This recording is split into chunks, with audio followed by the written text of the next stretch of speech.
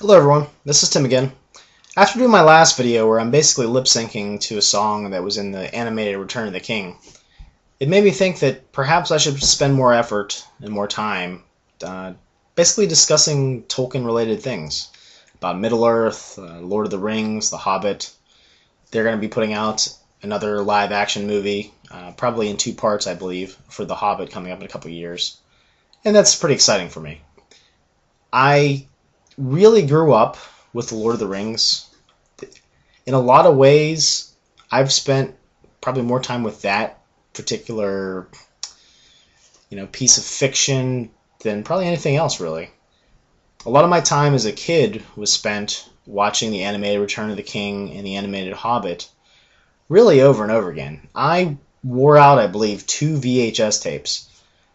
And I kind of dated myself a little bit there, but basically, I would wear them out. My sister always liked the Last Unicorn, which is basically made by Rankin and Bass, the same people that made the animated Hobbit and Return of the King. And there are a lot of things that are missing. Like, for instance, Legolas and Gimli are all but non-existent in the animated Return of the King movies. But the place I think that film really shines is with the relationship between Frodo and Sam, and the suffering and the things that they endure to achieve their goal. And I think that animated character for me really represents Frodo more so than like Elijah Wood in the Peter Jackson films. And I'm not really one of those people that, heaven forbid he changed this part, or but there are parts that I wish would have been done slightly different. And when I watch the animated Return of the King, I hear those lines that are missing from the live action movies. The actors' voices that voiced over those characters, I think are really fantastic. I really like the sound of them. Just take for instance, I named like my internet name pretty much is Samwise 7 in most places. There's a few places where it's different, but I really looked up to that character. There's a beginning part of the animated Return of the King that basically, I'm paraphrasing here, basically saying that all the weight of the world was on Sam's shoulders because he was trying to break into Cirith Ungol, and he's basically trying to break into an orc fortress by himself, which is basically just suicidal. He's just his loyalty and his duty and his friendship is so strong that he's willing to risk everything. And no matter what hardships are in front of him, he's really going to just give it his all. He's going to try to be optimistic about it. He's going to, give 110%. He's going to try to laugh off some of the things that, you really should go into a corner and cry about. And he's just a really strong character. And his character always just resonated with me very strongly as a kid. And even more so when I got into my teenage years and, even into my 20s, when there was a lot of tough things in my life that I had to deal with, and I was into the Lord of the Rings stuff before I was into RPGs. And that was sort of my gateway drug, if you will. But I love the story. I know that he's basically influenced an entire genre of things, and I really don't even want to talk about that. I really just want to talk about just how J.R.R. Tolkien's works have influenced my life. I love that in the books themselves there's this sort of underlining, not really preachy, but sort of morality that's in there. And even when I didn't even realize, that was in there, it kind of like sunk into my pores. And, things like having mercy for people, giving people a second chance. Things like just your actions and consequences and all that. It really hit home for me. And there were times when I needed that escape. Now escape, like I said, there's things in life that you really need to take care of. If you ignore them, the problems aren't going to go away. But even more tragic than those problems are the problems that you really don't see an answer to. It really just comes down to just suffering through them, dealing with them, and hoping maybe someday the consequences will be lessened. Those things in life really suck. And when you're stuck with one of those problems, that it's just not going to go away. There's just, it's like you opened a door and you wish to hell you never would have, because now you can't close it. Those sorts of problems. When you're saddled with that kind of stuff, it's really tough. You don't know what to do. And for me, as a kind of mixed up teenager, not really sure what to do with these kind of, it was really heavy. Let's just put it that way.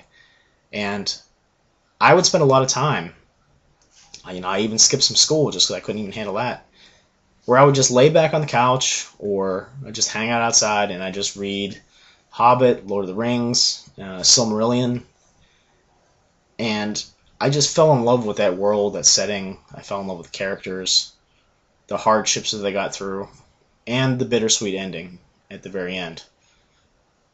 And I don't know how many times I've read Lord of the Rings. I haven't read The Hobbit as much. I've probably only read The Hobbit maybe 5 times. I've probably read the Silmarillion maybe 15 times. Lord of the Rings, it's probably in the 30, 40 range. I really don't even remember.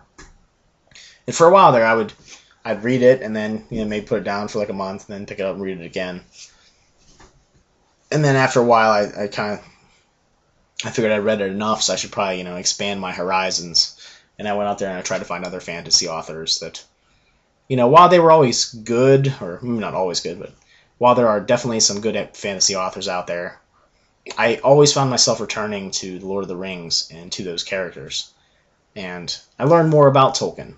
I learned more about the Inklings and his friends that, many of them perished and died in the World War, and how he sort of wrote them in to his story. And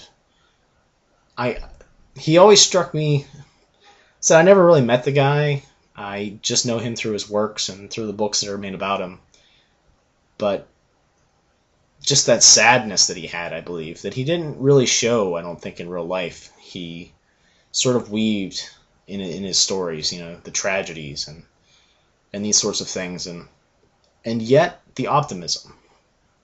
And it's that optimism, I think, that I always kind of strived for. I always wanted to achieve. I wanted to attain. And for me, I didn't consider myself like Samwise, but I always looked towards that character as someone who would be a good sort of goal to achieve. Someone that, no matter what, tried to be optimistic. No matter what, really worked hard and strived hard. That even in the darkest hours, when there's nothing left, would crawl, even if they couldn't walk. And that it always meant something to me. And I don't know. It's been really influential in how I've lived my life and what I've done and just my own personal decisions. I mean, there's other things in my life that have affected me too, but I would be remiss if I didn't say that The Lord of the Rings has influenced me positively. It's meant that much to me. And I've got lots of books. I've got leather-bound editions of The Hobbit, Lord of the Rings. I got, the illustrated ones. And, I got a wall of toys over here. And, at some point it just becomes just merchandise, But when I really get down to it, the written word, the choice of words that he made, even the ones that are kind of strange in our modern day hearing, he always just seemed to pick the right ones. And I'm not the only person in the world that is a big fan of Lord of the Rings or J.R. Tolkien. He's very popular, especially since the movies came out. But I don't know who I would be if I wouldn't have latched on so much to that setting, to his works, and there really is a place in my heart for that Englishman, that professor, and the Hobbit that lives in the hole in the ground. So I don't know if you have any sort of appreciation for the Lord of the Rings or J.R. Tolkien or any of his works. Feel free to comment below and tell me your own tales. Maybe Maybe it hasn't affected you as deeply as me, but it'd be cool to hear any sorts of tales. Maybe you've read the books and you just couldn't get through them. I have several friends that are like that.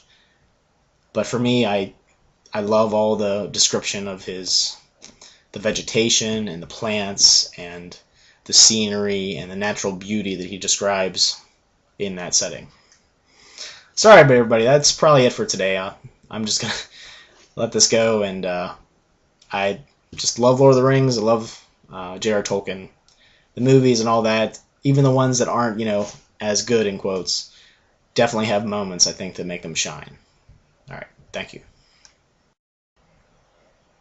And one final thing, as a note of optimism, as I was talking about before, how I always strive to be like that. I've kind of gotten into a portion of my life where things really have gotten better, to the point where I'm not really sure what to do. I don't have as much baggage. In fact, it's really hard to just think about those things anymore. They're all in my past. And it's really cool. The sun has come out from behind the clouds. It's shining on the crown of flowers that is on the king's head on the ground. Things are good. And it's kind of exciting and refreshing that after all these years, that optimism seems like it's paid off. So that's my optimistic ending. Have a good one.